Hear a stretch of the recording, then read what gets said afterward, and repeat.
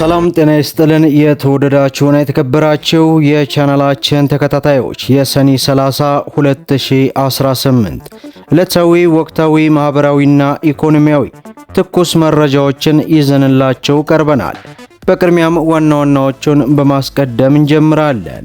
ከጤና ባለሙያዎች ጋር በተያያዘ አዲስ መረጃ ወጥቷል። በዚህም አጠቃላይ ለጤና ባለሙያዎች የሙያ ፍቃድ ፈተና አሰጣጥን በተመለከተ መቼ ወር እንደሚጀምር በዚህ ሰዓት ይፋ ሆኗል። ዝርዝሩን ይዘናል። በሌላው መረጃችን የኢትዮጵያ ንግድ ባንክ ብድር ሊያቀርብ ስለመሆኑ ተሰምቷል። ይህንንም ታደምጡታላችሁ።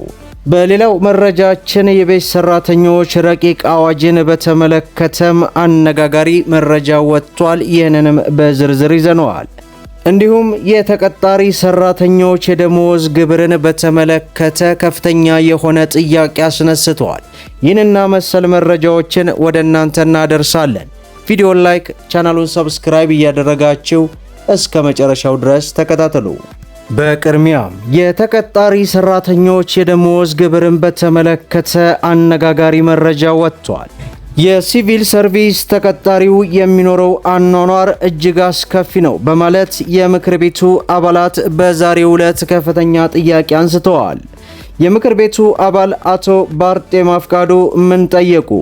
ክቡር ጠቅላይ ሚኒስትር፣ ይህች ሀገር የሁላችንም ቤት መኖሪያችን፣ ማንም የበኩር ልጅ ማንም የእንጀራ ልጅ መሆን የለበትም፣ እርሶም በዚህ ያምናሉ ማለታቸውን ገልጸው ነገር ግን ዛሬ አንዱ የሚኖርባት ሌላኛው የሚያኗርባት ኑሮ ዘይቤው የተለየባት የሆነች ሀገር ሆናለችም ብለዋል።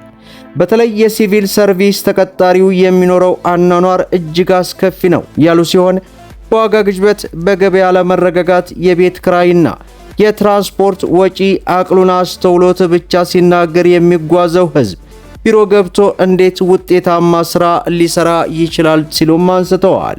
ከደሞዙ 35% ግብር፣ 7% ጡረታ በድምሩ 42% ይቆረጣል። ከ58% ደሞዙ ላይ በእያንዳንዱ ከሚሸምተው ሸቀጥ 15% ቫት ይቆረጣል። ትራንዛክሽን ላይ ንግድ ባንክ ለሰርቪስና ቫት እያሉ ሌሎች የማይታወቁ ተቆራጮችንም ይቆርጣሉ። ሰራተኛው ለውሃ፣ ለመብራት፣ ሌሎችም አገልግሎት ይቆርጡታል። እነዚህ ሁሉ ተደማምረው ኑሮን መቋቋም አቅቶታልና ለዚህ ታጋሽ ሲቪል ሰርቪስና አነስተኛ ኑሮ ላይ ያለው ዜጋ ምን ታስቦለታል ሲሉም ጥያቄ አንስተዋል። በዚህ አጋጣሚ የአዲስ አበባ ከተማ አስተዳደርን አመሰግናለሁ። የተማሪዎች ምገባ ከፍተኛ ዋጋ ያለው ተግባር ነውም ብለዋል። በሺዎች የሚቆጠሩ ተማሪዎችን በቀን 2 የመግቦ የትምህርት ቁሳቁስ አሟልቶ ማስተማር እጅግ በጣም ከፍተኛ ኃላፊነት መወጣት ስለሆነ እውቅና ሊሰጠው ይገባልም ብለዋል። ይህ የምገባ ፕሮግራም የትኛውም ባለሀብት፣ ሀገር ወዳድ ዜጋ፣ መንግስታዊና መንግስታዊ ያልሆኑ ድርጅቶች፣ ልበቀና ዜጎች ሊደግፉት የሚገባ ተግባር ነውም ብለዋል። ነገር ግን አዲስ አበባ ያለው ትልቅ ተግባር ሌሎች ክልሎች ሲተገብሩት አይታይም። በሁሉም ክልሎች ወይንም በአብዛኛው ክልሎች አልተጀመረም ተብሏል። በሌላው መረጃችን የሰራተኞች ረቂቅ አዋጅን በተመለከተ አዲስ መረጃ ወጥቷል። የአሰሪና ሰራተኞች ጉዳይ አዋጅ ቁጥር 1156/2011 በግልና መንግስታዊ ባልሆኑ ድርጅቶች ውስጥ የሚሰሩ ሰራተኞችና አሰሪዎችን የሥራ ግንኙነት መብትና ግዴታዎች በሚመራ ህጋዊ ማዕቀፍ ነው። ይሁን እንጂ ከዚህ ህግ የሚቀዳና በአገሪቱ ውስጥ አሉ የሚባሉትን ከ5.6 ሚሊዮን በላይ የቤት ሰራተኞችን መሰረታዊ መብት የሚያስጠብቅ ከአሰሪዎቻቸው ጋር የሚኖራቸውን ግንኙነት በህግ የሚደነግግ እንዲሁም የሥራ አካባቢያቸውን ምቹ እንዲሆን የሚያደርግ መመሪያ አለመውጣቱን አንድነት የኢትዮጵያ የቤቱ ሰራተኞች ማህበር ህብረት ፕሬዝዳንት ወይዘሮ ሂሩት ተናገሩ። የቤት ሰራተኞች በሀገራዊ ኢኮኖሚ ውስጥ ከሚያበረክቱት አስተዋጽኦ በተጨማሪ በማህበራዊና ኢኮኖሚ መስተጋብር ውስጥ የሚጫወቱት ሚና ከፍተኛ ቢሆንም በመንግስትና በሌሎች አካላት የተዘነጉ መሆናቸውንም አስረድተዋል። አብዛኛው ከ18 ዓመት በላይ ያሉት የመደረደር ወይንም ደግሞ ችግሮችን ሲያጋጥማቸው አይሆንም የማለት ነገር እንዳላቸው ይታያሉ ያሉት ሂሩት ከዚህ በታች የሆኑ ህፃናት የቤት ሰራተኛ ግን በከፍተኛ ጉልበት ብዝበዛ ውስጥ ያሉ ናቸውም ብለዋል። በአቅማቸው ልክ ቢሰሩም እንኳን ችግሮች ሲያጋጥሟቸው እዚያው ከነ ችግሮቻቸው እንዲኖሩ የሚያደርጉባቸው ሁኔታዎች አሉ የተባለ ሲሆን አሁን የምናያቸው በላይ ደላላ ጣልቃ በመግባት ነገር እንዳለም ተገልጿል። ከደላሎች አንጻር ይህ የምንጠብቀው ሕግ እንዲወጣ እየተሰራ ነው ያሉት ወይዘሮ ሂሩት፣ ነገር ግን ደላላ ማለት በጣም ከባድ ነው፣ ሰንሰለቱ በጣም ሰፊና ረጅም ነው፣ ውስብስብ ነው ብለዋል። ነገር ግን ይህንን ሲስተም ዘሎ ከሌላ አካል ጋር ለመነጋገር በጣም ከባድ ነው፣ ምክንያቱም ደላሎች ዋና ስራቸው ሰው መነገድ ነው ብለዋል። ትርፋቸው የሆነው ለነሱ ይህንን ማጣት ማለት በጣም ከባድ ነው የሚሆነው። ለመንግስትም ትልቁ ፈተና የሚሆነው የህግ ተፈጻሚነት ወሰኑን ሊያሳጡት የሚችሉ ነገሮችን እዚያው ላይ እንደታለ ታስቦ ነው ማለቱን ሪፖርተር በዚህ ሰዓት አስነብቦናል። በሌላው መረጃችን ከኢትዮጵያ ንግድ ባንክ በኩል አዲስ መረጃ ወጥቷል። የዛሬ ዓመት በዚህ ወር የኢትዮጵያ ንግድ ባንክ የ2018 እቅድ ያቀረበው የባንኩ ፕሬዝዳንት አቶ አቢሲኖ ባንካቸው በተጠቀሰው በሂሳብ ዓመት መጨረሻ ላይ 80 ቢሊዮን ብር ትርፍ ለማስመዝገብ እንደሚሰራ ተናግረው ነበር።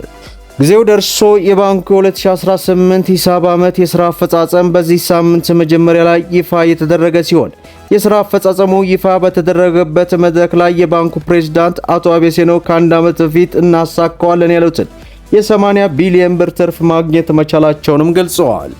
በዚህም ከብድር አቅርቦት አንጻርም የኢትዮጵያ ንግድ ባንክ 32ቱ ባንኮች በጥቅል ከለቀቁት ብድር ውስጥ 48 በመቶ ድርሻ መያዙን፣ ከኢንዱስትሪው ጠቅላላ ካፒታል ውስጥም የኢትዮጵያ ንግድ ባንክ ድርሻ 45.3 በመቶ መሆኑን፣ ይህም ባንኩ የሀገሪቱን የፋይናንስ ዘርፍ አጠናክሮ እየመራ መሆኑን ያሳያልም ብለዋል።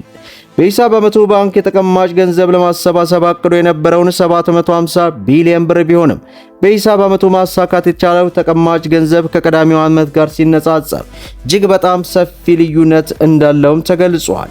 ባንኩ በቀጣይ 2019 ሂሳብ ዓመት ለማቅረብ ያቀደው አዲስ ብድር 1.1 ትሪሊዮን ብር መሆኑን፣ ይህም በተጠናቀቀው የ2018 የሂሳብ ዓመት ከቀረበው የብድር መጠን ከ66 በመቶ በላይ መሆኑም ተገልጿል። በሌላው መረጃችን ከጤና ባለሙያዎች ጋር በተያያዘ አዲስ መረጃ ወጥቷል። ከከፍተኛ ትምህርት ተቋማት በመጀመሪያ ዲግሪ ለተመረቁ የጤና ባለሙያዎች የሙያ ፈቃድ ፈተና በነሐሴ ወር 2018 ለመስጠት ዝግጅት እየተደረገ መሆኑን የጤና ሚኒስቴር ገለጸ። መረጃዎቹን ወደ ሲስተም ያላስገባነው ነባርና አዲስ ተመዛኞች ከሰኔ 30 እስከ ሐምሌ 17 ቀን 2018 ድረስ ብቻ በድረ ገጽ በመግባት የብሔራዊ መታወቂያ መለያ ቁጥር ፊን ነምበር ዲጂታል በማስገባት አስፈላጊ መረጃውን በማሟላት ለመዝገባ እንዲዘጋጁ ሚኒስትሩ አሳስቧል።